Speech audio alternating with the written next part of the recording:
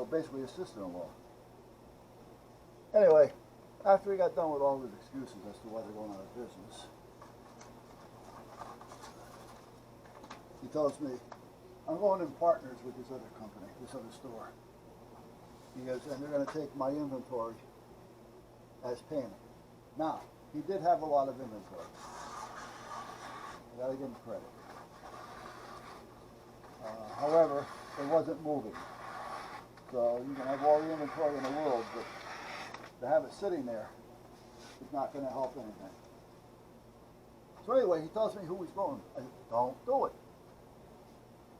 And I told his brother, don't let him do it. Oh, he's known him for a long time, blah, blah, blah, blah, blah. I said, don't do it.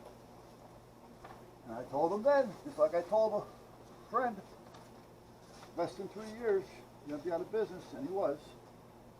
Well, I told him, don't do it. I said, because before the year is up, you're going to be getting out of there for some reason or another. No. He's got the new building now. He's got the range. We're going to be doing this. We're going to be doing that. You know, all right. Well, within the year, he had an argument with this guy. This guy started taking him to the bank. All right, throws him out. Kept all of his inventory. Gave him a few bucks. But again, went for a ride. It was one of those things you don't want to listen.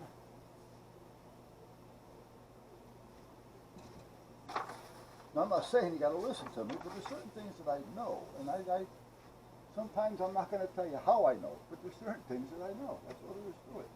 I think that's going to be okay on there. Yep, I think that's going to be okay. I just got to do free. And as much as I knew it was going to happen, I liked it, and I thought I was going to get away with it. But as you can see, I didn't.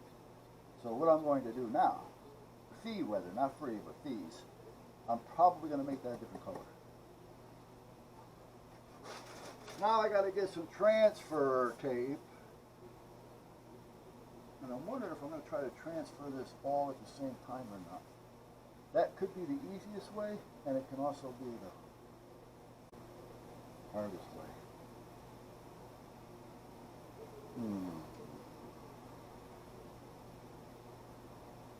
All right, let's see what happens here.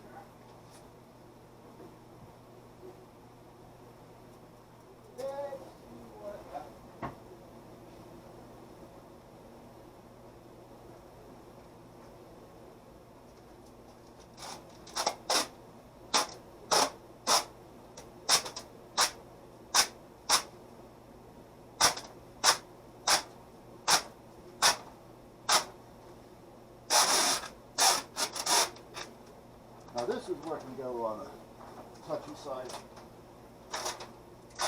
because I don't have the dispenser.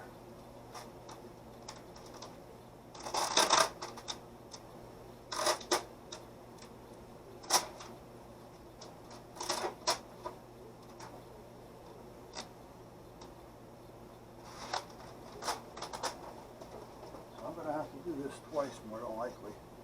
So we're going to drop it here. And maybe, just maybe,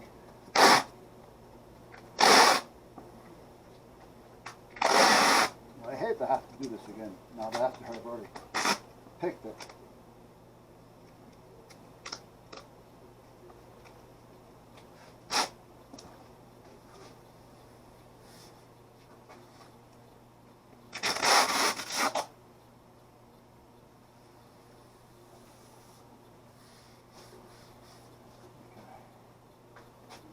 This off.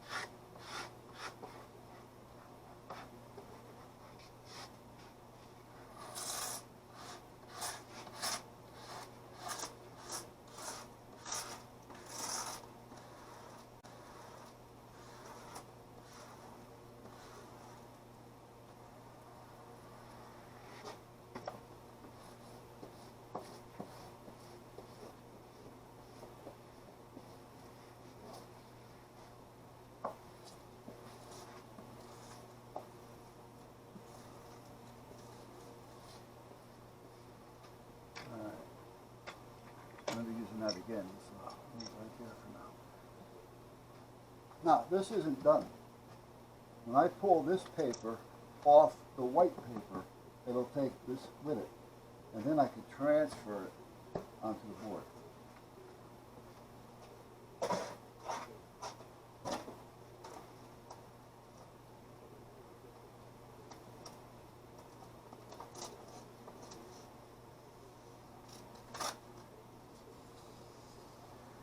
Now, normally, I would want to keep this. So hold on a minute, I'll tell you what I'm talking about.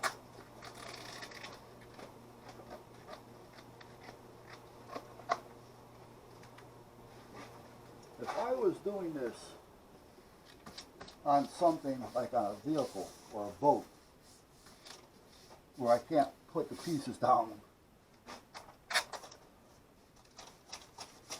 it would be a little different. I wouldn't be quite as laxy-daisy as I am now with this, because I'd be using this because I want this to be as straight as possible.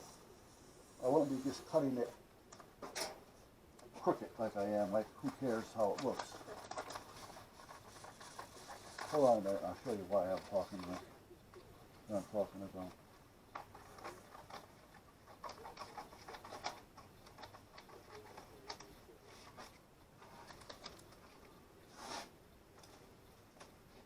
Alright, for instance, if you look at this, see how ratty it is, the cut it isn't clean, it isn't smooth. Well, if I wanted to put this on something, for instance, this, I would take my measurements as to where it's going to fit. I'd give myself little marks here and there so I can line this up. However, I would put a piece of masking tape on this, which would be a straight edge. I would make sure that this was cut straight, so the measurements would be the same all the way across, and this would be a nice straight cut. I would take the masking tape and use it as a hinge so I can lay it down, and then I can pull the paper off from the bottom and let it lay as I'm doing it. But what I was saying here is, the straighter this edge is, the easier it would be to put down, because I can measure it from the edge, not so much from the letters. But seeing that I'm doing it on here doesn't make too much of a difference. Let me put this back.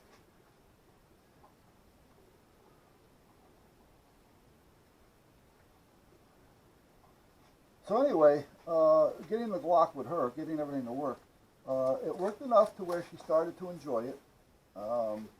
You know, she said, well, they mentioned a break-in. I said, well, yes and no. I says, yes, you know, after, you know, if it's been sitting around, or even if it hasn't, you don't know, it's new, you know, sometimes you do have to put a couple rounds through it, you know. I said, so, you know, if you're going to want to break it in and get it done in a hurry, I says, just do this. And I said, load up both magazines, go up. And the other thing is, too, she had a little bit of a limp wrist, and that's bad for semi-automatics. I says, and you go up there and you just take it, screw the target, and bam, bam, bam, bam, bam, bam, bam, bam, bam, empty it out. Load the other one in. Bam, bam, bam, bam, bam, bam, bam. You know, get it done. Get that action going back and forth. Get it hot. Get it working. You know? Oh, she's going to try that. Go right ahead. It's your gun.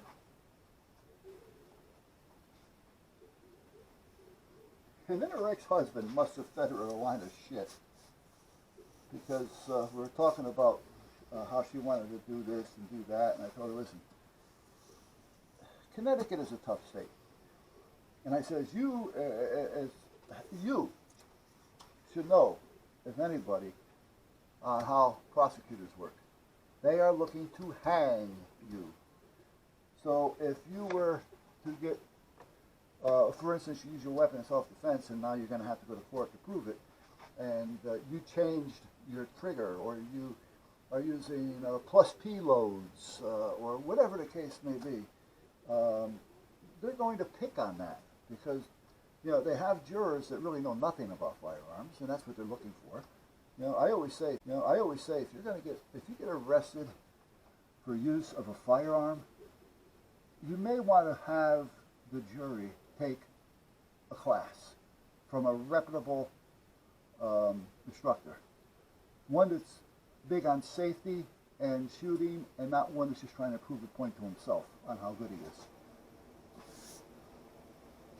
You know, one that's not going to use all kinds of technical jargon. You know, and okay, yeah, everybody's yeah, but nobody knows what the hell he said.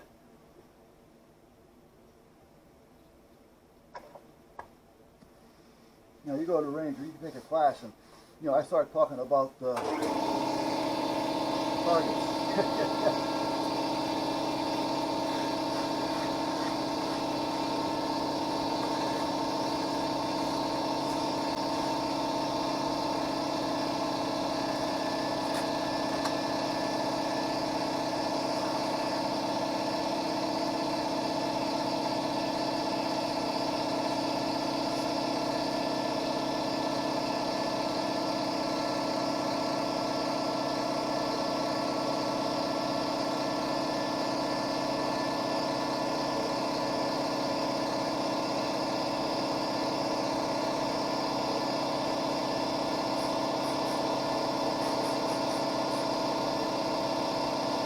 Boy, talk about forever.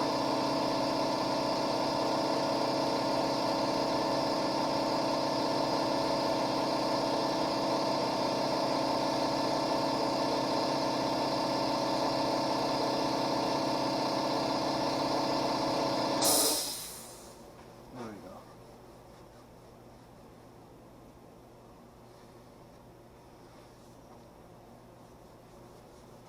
Now I'm cleaning the back of this. I'll get back to that in a minute. I'm cleaning the back of this with a different cleaner that I haven't used yet. So that's why I'm cleaning the back. And then once I'm done and I see it's okay, I'll clean the front. And it looks to be working okay. Now I'm not going to do this yet because I got to go and make sure my hands are clean, and I know they're not because I was at the range. So anyway, her husband, so we were talking about this with, you know, prosecutors and you know, things to think about, you know, because she was talking about harder hitting, bigger, faster rounds. I said, she was talking about plus P's. I said, you know, some firearms will take a plus P, some won't, meaning more power, more powder, more everything, more bang, you know.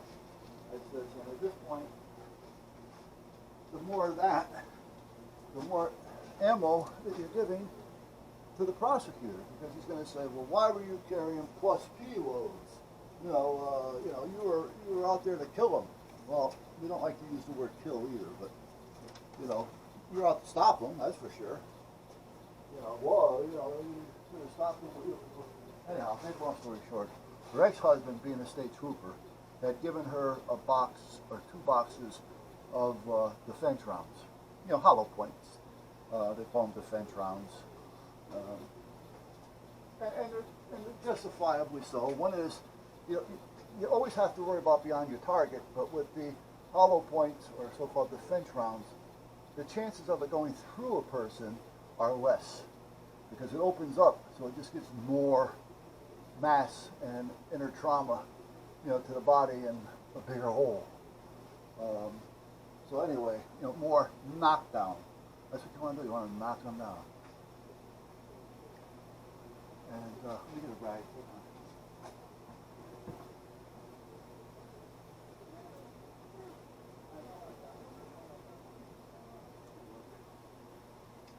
Wash it. And I have another one. So anyway, when we were talking about it, she goes, oh, like these. I said, well, what do you mean like these? She goes, well, these here rounds. My husband gave them from the state police. Oh, yeah. She goes, well, what would I say if I used them? Don't say anything. I said, they're defense rounds. She goes, well, where did I get them? I said, you can buy them in a store. I said, it's not a big deal. You know, it's ammo. You can buy it. You go to a stop, you got a license, you know, you got a gun, you can buy them. She goes, well, you can buy these? I go, yeah. I said, it's just a defense round. You know, it's not armor piercing. It's nothing illegal about it. Oh, so her husband must have been telling her, you know, here, I'm going to give you these. Don't let nobody know I gave them to you. You know, let me pat me on the shoulder, you know. geez, I'm the ex-husband, but maybe